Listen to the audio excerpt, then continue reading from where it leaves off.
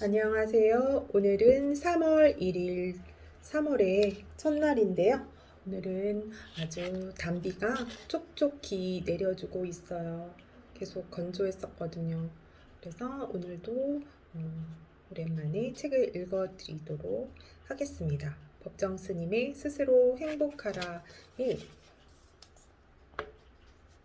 마음을 활짝 열어 무심히 꽃을 대하고 있으면 어느새 자기 자신도 꽃이 될 수 있다. 산에는 꽃이 피네. 엊그제부터 매화가 피어나고 있다. 맑은 향기를 지닌 청매가 뜰에 은밀한 봄을 피우고 있다. 지난해 이맘때 순천 매곡동에서 옮겨다 심은 매화나무다. 그 전에 있던 매화나무가 무슨 연구에선지 시들어 사라진 뒤로는 봄이면 그 빈자리가 늘 섭섭하고 아쉬웠다. 꽃망울이 부풀어 오르는 가지를 바라볼 때마다 잔잔한 기쁨이 일고 내 안에서도 은은한 매화향기 같은 삶의 향기가 배어 나오곤 했었다. 그런 꽃가지가 사라지고 없으니 봄이 와도 봄 같지 않고 그저 덤덤할 뿐이었다. 서너 해 섭섭하고 아쉬운 그 빈자리를 지켜보다가 지난해 봄 그런 내 마음을 알아준 친지를 따라 매화나무를 구하러 나섰다.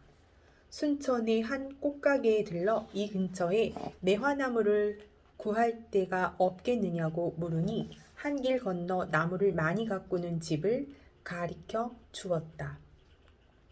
철 대문을 열고 들어가자 향나무가 빽빽히 들어선 사이에 때마침 허옇게 만개한 매화나무 두 그루가 내 눈을 번쩍 뜨게 했다.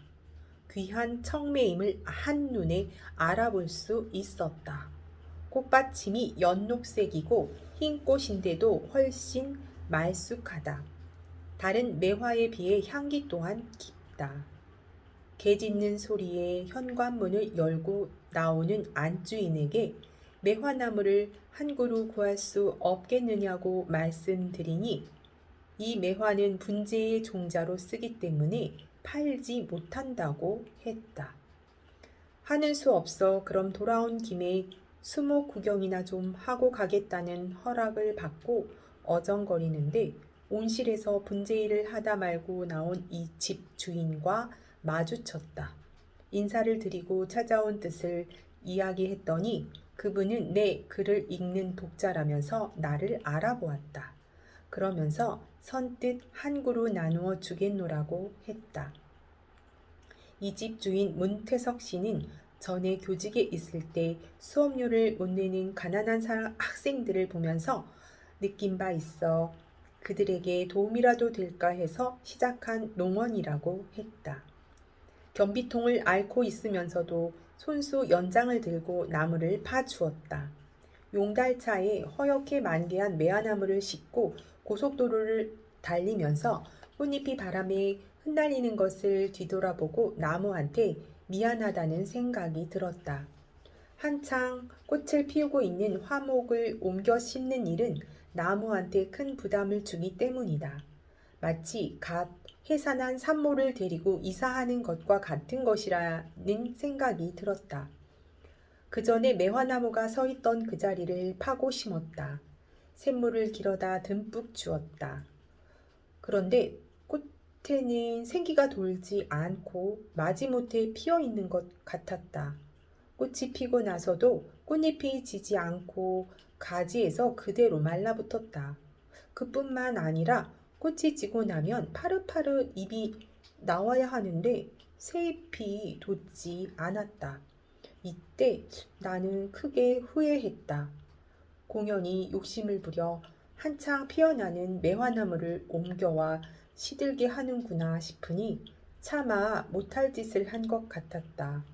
아침 저녁으로 매화나무 곁에 서서 제발 기운을 차려서 이 뜰에서 함께 살자고 속으로 되이곤 했었다. 그러던 어느 날 가지 끝에서 돋아나는 파릇파릇한 새순을 보고 감격, 매화나무를 쓰다듬으면서 합장 배례를 했었다. 지난 1월 초 나그네 길을 떠나려고 할 때 매화가지에서는 꽃망울이 불툭불툭 부풀어 오르고 있었다. 나는 일단 내 산거를 떠나면 그날부터 집 일은 까맣게 잊어버린다. 국내 여행의 경우도 그렇고 몇 달씩 비우는 해외 여행의 경우도 마찬가지다. 혼자서 살기 때문에 걸리적거릴 것이 없다. 내가 몸 담고 있는 현장에서 그때의 그 삶을 살아갈 뿐이다. 이번에 50일 가까이 산을 비우고 있을 때 단 한 가지 궁금했던 것은 부풀어 오르는 꽃망울을 보고 간 뒤라 하마 매화가 피어 있을지 어떨지 그 생각이 마음속에서 그림자처럼 가시지 않았다. 태평양 건너 캘리포니아의 남쪽에서는 2월 들어서부터 봄 기운이 한창이었다. 자목련을 시작으로 백꽃과 철쭉, 복숭아꽃과 살구꽃, 양귀비꽃 등이 화사한 봄을 피우고 있었다. 여유 있는 사람들이 사는 동네 행콕팍의 정원들에는 오래된 고목과 푸른 잔디와 저마다 모양새를 달리한 주택과 꽃이 한데 어울려 아름다운 조화를 이루고 있었다. 우리 절에서 월셔 거리를 건너 북쪽으로 몇 블록 가면 이런 동네가 있어 아침 산책길에 어정거리면서 새봄의 얼굴과 마주쳤었다. 태평양 연안의 그 길목에도 요즘 서양 채송화의 매화, 살구꽃, 부겐빌레아가 눈부시게 피어나고 있었다. 10번 산타모니카 고속도로를 서쪽으로 달리면 태평양 연안 도로로 연결되는데 왼쪽으로는 수평선으로 이어지는 태평양이 넘실거리고 바른쪽 언덕 양지 쪽에 꽃들이 새봄을 피워내고 있다. 산타모니카 비치를 지나면 말리부 비치, 그 언덕 위에 페퍼다인 대학이 있는데 대학 캠퍼스에서 일망무제의 태평양을 바라보는 조망이 아주 시원스럽다. 드넓은 바다를 대하고 있으면 수평선 너머에 어떤 세상이 있을지 호기심이 간다. 그래서 배를 만들어 바다를 건너 남의 땅을 엿보고 빼앗은 일은 옛 인류의 자취였다. 우리에게는 그런 드넓은 대양이 없었기에 도전할 줄 모르고 주어진 논밭이나 일구면서 자족하고 말았다. 말리부 비치에서 고개를 하나 넘으면 한때 히피족들이 알몸으로 지낸 주마 비치. 이 주마 비치에서 해돋이도 볼 수 있고 일몰도 볼 수 있어 더러 찾았다. 주마 비치에서 가까운 도시 옥스나드까지는 인가가 거의 없는 해안선이다. 왼쪽은 잇따른 푸른 물결이고 바른쪽 구릉은 사막의 토질인 부실부실 돌자갈이 섞인 모래 언덕이다. 거기 듬성듬성 선인장이 을씨년스럽게 바다를 굽어보고 있다. 순수하게 홀로이고 싶을 때 이른 아침 이 태평양 연안 도로를 달리고 있으면 팍팍하기 쉬운 우리 삶의 바다가 얼마나 고마운 존재인가를 실감한다. 물처럼 부드러운 것이 어디 있는가? 꽃처럼 곱고 향기로운 것이 어디 또 있겠는가? 사람이 무엇을 위해 살아야 하는지, 삶의 본질이 무엇인지, 또한 삶의 가치 척도를 어디에 두고 살아야 할 것인지 저절로 생각이 모아지는 그런 길이기도 하다. 이번 나들이에서 나는 또 짐승과 사람의 관계에 대해서 곰곰이 생각해 볼 수 있는 기회도 가졌다. 우리 시대의 구루, 영적인 스승, 크리슈 나무리티가 머물던 오하이 밸리를 다녀오면서 겪은 일이다. 오하이 밸리에서 돌아오는 길에 태평양 연안의 아름다운 옛 도시 산타바바라에 들렀다. 나는 이 도시가 좋아 갈 때마다 들른다.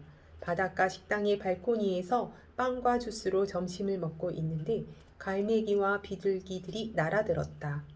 빵 조각을 떼어주면 그대로 받아먹는다.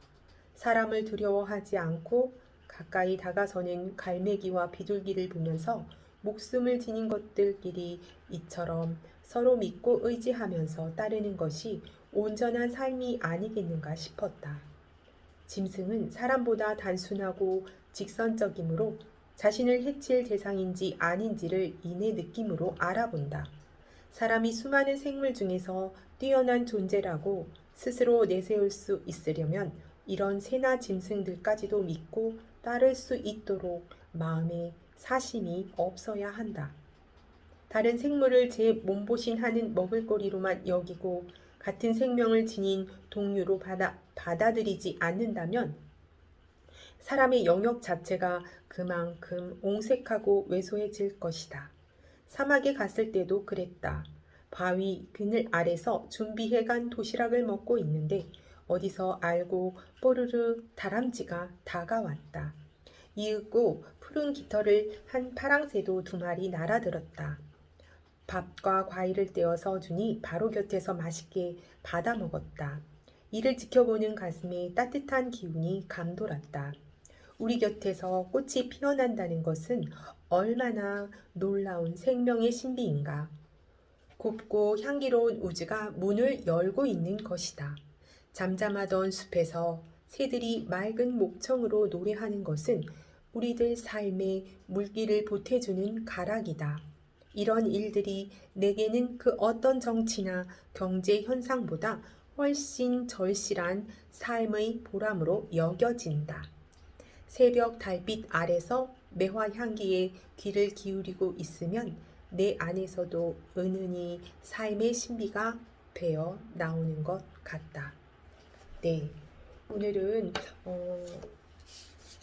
스님의 글을 읽어보면서 제가 며칠 전에 바로 토요일날 절에 갔는데 매화가 피었더라고요. 정말 매화 향이 진하고 좋았어요. 그래서 저도 정말 그 매화 꽃처럼 삶에서 좋은 향기를 주는 그런 사람이 되었으면 하는 바람을 가져봅니다. 빗소리가 들려서 너무 좋은 하루네요. 오늘도 행복한 하루 되시기 바랍니다. 감사합니다.